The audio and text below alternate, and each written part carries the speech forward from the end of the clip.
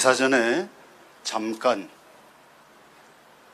희생자 최유진 양의 아버님 최정주 님을 만났습니다. 이렇게 인사드렸습니다. 유진이는 여전히 영정 속에서 해맑게 웃고 있는데 아버지는 가슴이 바싹바싹 타고 메말라 있군요. 라고 말입니다. 그런데 이곳을 떠나지 못하고 웃고 있는 유진이와 같은 159명의 젊은이들, 그들처럼 이제 우리도 웃을 날이 왔습니다. 왜냐하면 우리는 결코 지지 않을 것이기 때문입니다. 끝내 이길 것입니다.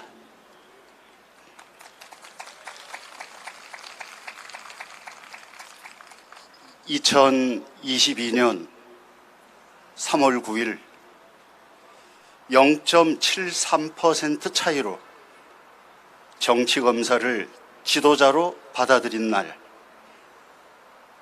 정신은 아득해졌고 머릿속은 까만 숫덩이가 되었습니다. 여명에 쫓겨 달아나는 어둠 속으로 들어가 다시는 이 아침으로 돌아오고 싶지 않았습니다. 어떻게 하면 검찰 깡패, 법으로 밥장사를 해온 법장사들의 권력 노름을 슬기롭게 견딜 것인가를 궁리해야 했습니다. 지고 싶지 않았습니다.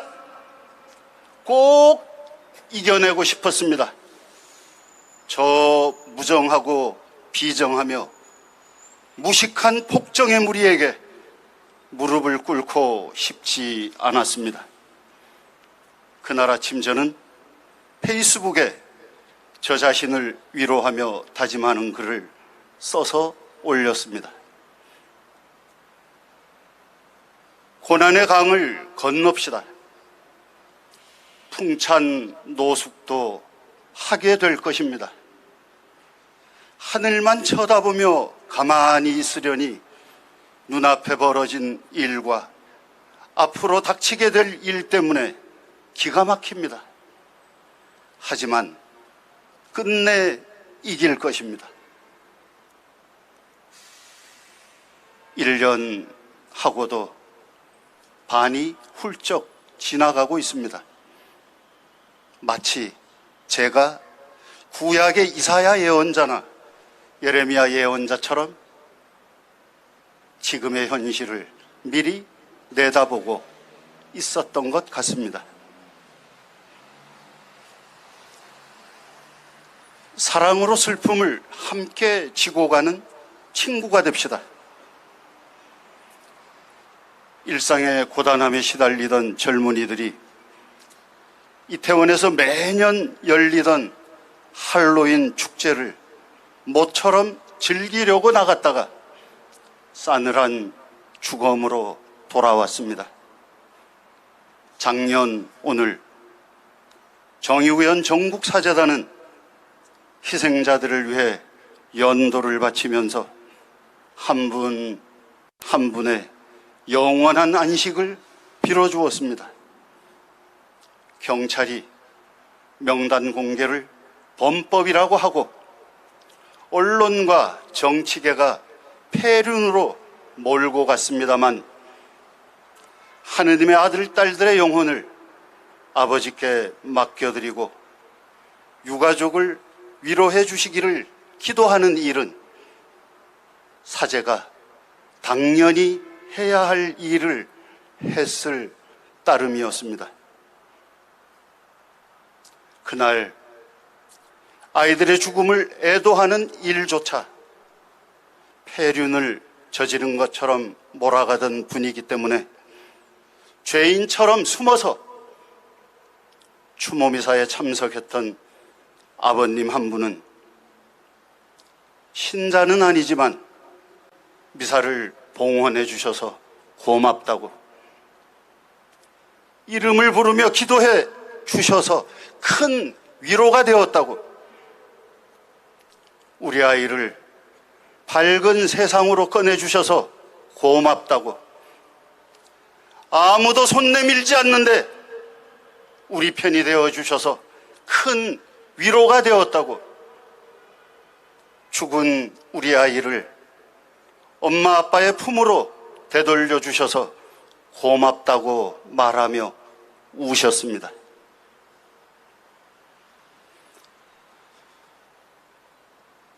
당신 이름 부르며 우네.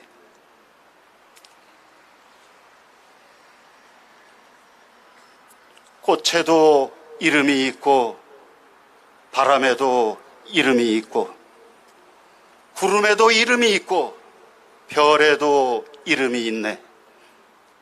비에도 강에도 계절에도 사랑에도 슬픔에도 바다에도 신에게도 이름이 있네. 세상에 온 모두에게 이름이 있네.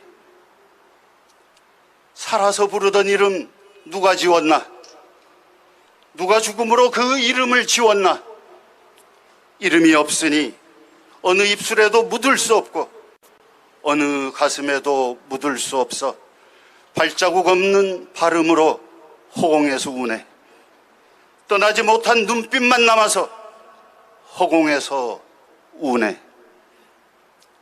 이름 가리면 슬픔이 가려지나 이름 지우면 죽음이 지워지나 살아서 빛나던 이름 그 체온 식지 말라고 죽음으로 죽음을 덮지 말라고 살아남아 부끄럽게 꽃잎 하나 던지며 우네. 살아남아 억울하게 당신 이름 부르며 우네.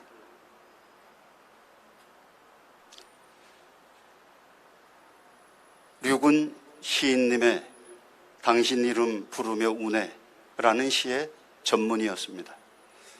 시인이 29일 아침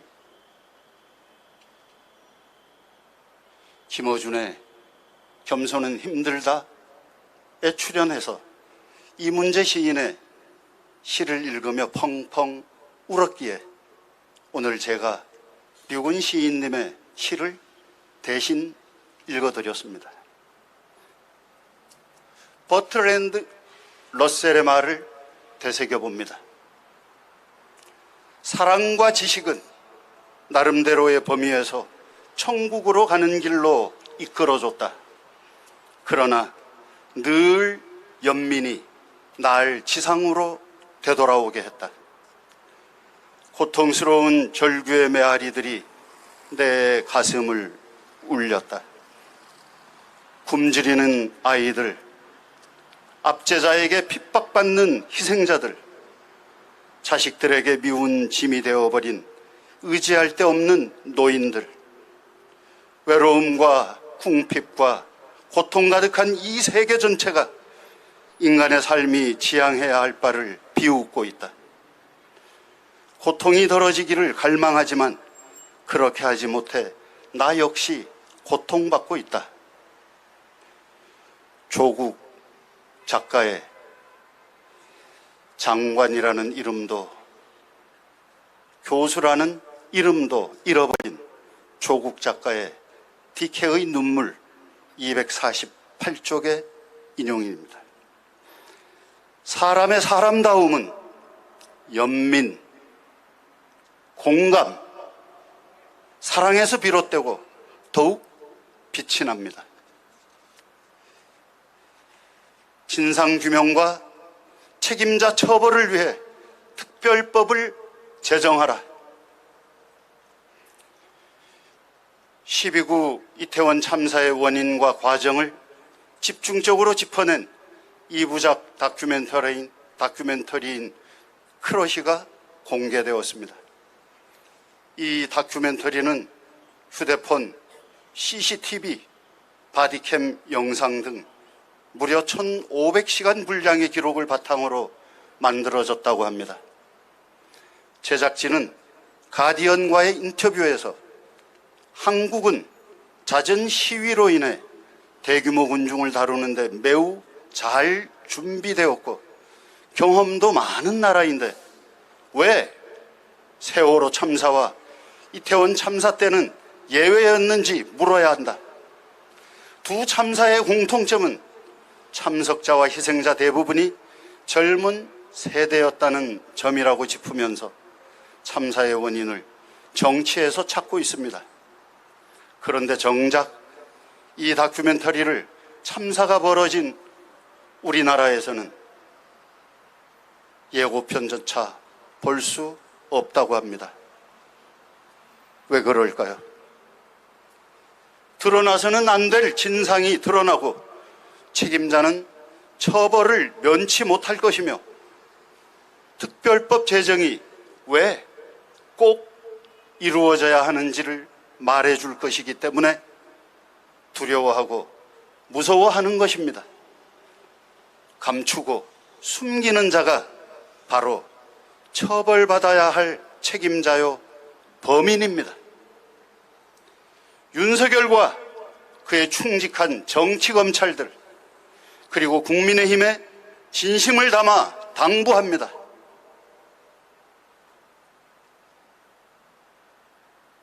제가 진상을 하면 규명하라, 규명하라. 책임자를 처벌하라, 처벌하라.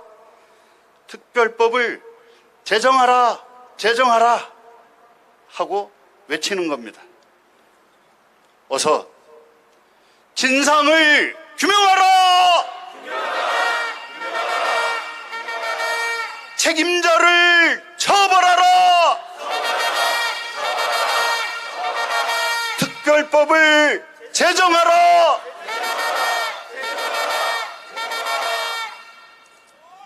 고난의 강을 함께 건너갑시다. 지난 대선 이후 대한민국은 검찰 독재의 나라 대한검국이 되었습니다. 정치검사를 받아들인 후과는 혹독하게도 고스란히 주권자들의 몫이 되고 말았습니다.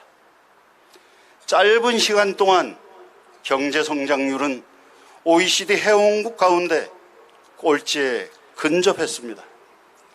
주가는 곤두박질 쳤고 물가는 솟구쳤습니다.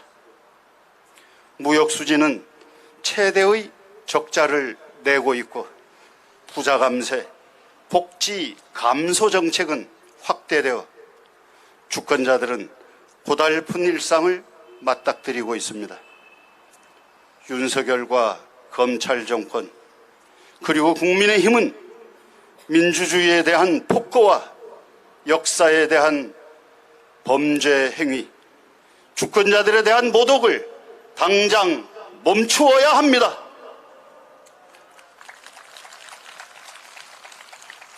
정치적 중립 의무를 팽개치고 선택적 수사와 기소로 막강한 검찰 권력을 남용하는 검찰 깡패, 법으로 밥을 사고 파는 법장사들의 노름을 당장 멈추도록 탄핵의 그날을 앞당겨야 합니다.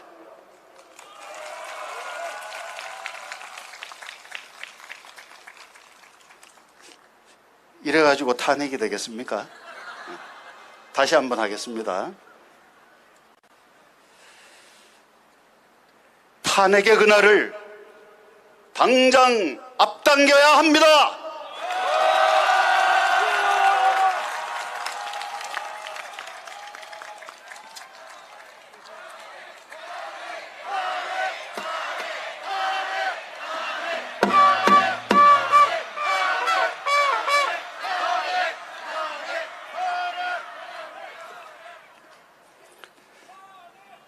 무정, 비정, 폭정으로 무장한 정치검찰을 죽으로 앞장세워 역사의 퇴행을 예사로이 저지르고도 뻔뻔한 국가지도자가 자신은 헌법과 법률을 무시하면서 법치주의를 강요합니다. 웃기는 일입니다. 미신에 빠져 한반도의 평화를 말살하며 민족과 국가의 대사를 그르치고 친일 매국, 친미, 사대주의의 늪에 빠져 주권자들을 수렁으로 몰고 갑니다. 길고 긴 고난의 강을 한대 잠을 자면서 건너가야 한다고 생각하니 닥치게 될 일들이 하도 많아서 기가 막힙니다. 그러나 우리가 늘 어렵고 고통스러울 때마다 환난 상률의 정신으로 이웃의 슬픔과 고통을 함께 나누어지며 고난의 강을 건너 무도한 폭정을 숱하게 이겨왔듯이 이 무도한 폭정의 검찰 독재 윤석열을 탄핵시켜야 합니다.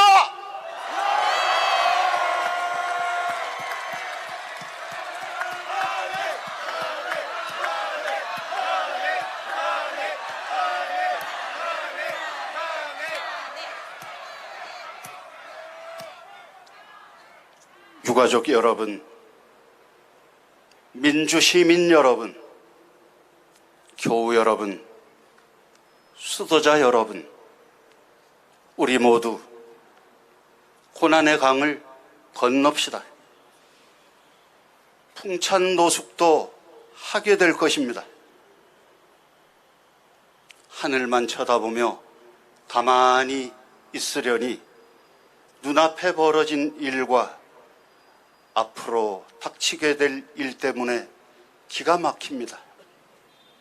하지만 끝내 이길 것입니다.